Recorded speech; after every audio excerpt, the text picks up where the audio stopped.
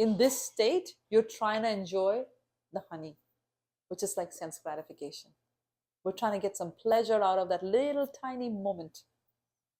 You see what I'm saying? Is that how we want to live our lives? That's a question we all need to ask ourselves. Some people will say, I'm just happy with a little drop of honey, and that's okay. But some people will be like, nah, I want more. I don't want to be in this situation. This is no situation to live in. This is no life. Then those people will be the ones who will actually take the next step and say, okay, then what is life? What is real quality of life? How do I get it? For them, there is the Bhagavad Gita. The Bhagavad Gita is very powerful in that sense. It's one of the first lessons in the Bhagavad Gita is that you're not the body. There's that. But the second lesson is Matra Sparshas Konteya, Shitoshni Sukha Dukkada. That happiness and distress that comes from sparsha, contact between senses and sense objects. They're like the changing of the summer and the winter season. Shitoshni Sukha Dukkada. If the season changes, do you cry? No. Do you? No, right? So happiness that comes from contact between sense objects and senses, that is like that. You don't cry from its coming and going. That's one lesson it gives. Another lesson it gives is, it says, one should not become too happy. One should be detached with happiness and distress both. That's a tricky one.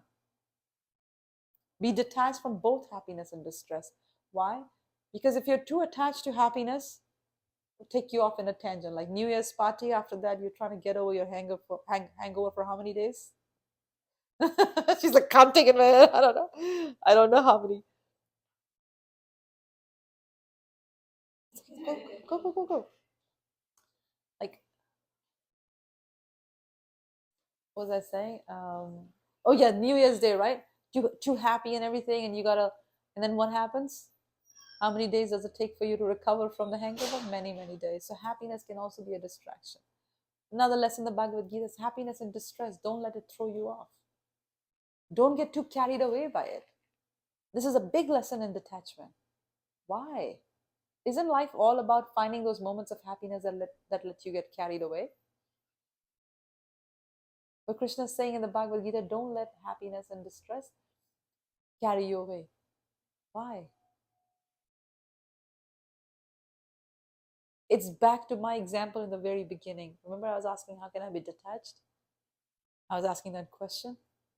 Because if you're attached to how certain things go, if you're attached to the feelings of your mind, you're always going to be controlled by them. So if you want genuine freedom, the first thing is you have to let go of this idea that I'm going to be happy in this, I'm going to be sad in that.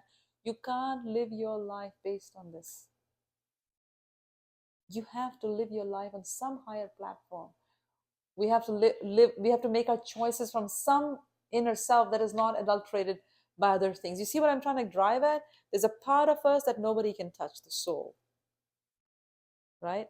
There's a kind of happiness that nobody can modify, that is spiritual happiness. So we're missing something. When we're trying to find freedom outside of these things, it is impossible. So Krishna is pointing in these, and in the Bhagavad Gita, there's a very nice verse that explains how to let go. I'd love to share that verse with you all. If Andre, do you mind sharing the Bhagavad Gita with everybody? So this is a very fundamental point that is being made, that param drishtva nivartate, that unless you have something better, you won't let go of something that is not so good. You have to have a higher taste, param drishtva. Because like you guys were saying, let you go, you think about, I've got to stop doing this, Nobody's thought about, I have to find something better. But actually that's the psychology. Like a little kid, if you want to take something from them, you have to give them something better, and they'll give you what, they're like, that looks better, it's more bigger, and it's colorful, and it's sweet. Here, take what you want. So we're kind of like that. The famous story, you must have heard about it before, like of two monks. They were going through a forest, and in the forest they run into a beautiful lady, and she's by the river, and the river's flooding, and she needs to cross the river, and she's asking them for help. And the monks one monk says, the young monk, he says, "Oh, I'm a monk. I can't touch a woman. Sorry, I can't help you." The older monk reaches out his hand and he brings her over and he leaves her. And then the two monks go on walking on their way. And, 1 hour goes by, 2 hours go by, 5 hours go by. By this time, the other monk, he's like younger monk, he's boiling inside. He can't hold it.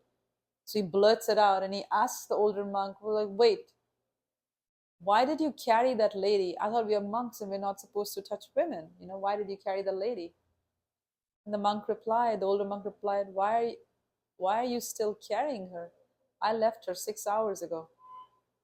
See? So we can artificially try to say, I don't want it, I'm not going to do it, but the taste for it is there. I'm renounced, but you're still thinking about the woman. It's the same way. I'm not going to do this habit, but I'm still thinking about that activity and the taste it gives me. You see? So unless you have something better, the higher consciousness, you cannot let go of something lower. So bhakti yoga, the process of letting go is not like, I got to stop doing this, I got to stop doing that, I got to stop doing this. That's a very actually psychologically not healthy process. It's not sustainable. Many yoga schools will teach you that, but that's not bhakti. Bhakti is like, let's find something to do that will help me elevate myself. So you start chanting, for example. That's something you can add to your life. Helps you elevate your consciousness. As your consciousness is elevated, you're attracted to different things.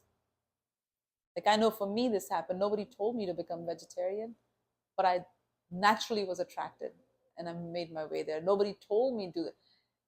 You add what you can, and because it is good, or you say you come on Friday nights, right, Tamara, you come. No, it's not like anybody's forcing you to come. No one's pushing. Why do you come? Because you like something about it. If someone says you must go to the Friday night, otherwise you will go crazy, you'll never go. But because you like something, so you come. So just understand that the active principle is attraction. We want to be attracted, living entities, we want to be attracted. We're attracted to lower things because that's all we see. And we're just trying to be like honey, because we don't know there's any other way. Like, no one's taught us that, hey, listen, there's life beyond that branch that you're hanging on from. There's another way of living. We just like, oh, the drop of honey, that's it. Is that how we want to live? Because even a crow can live like that. Is that the best potential? Human life is meant for more. When we get too attached, it destroys human potential.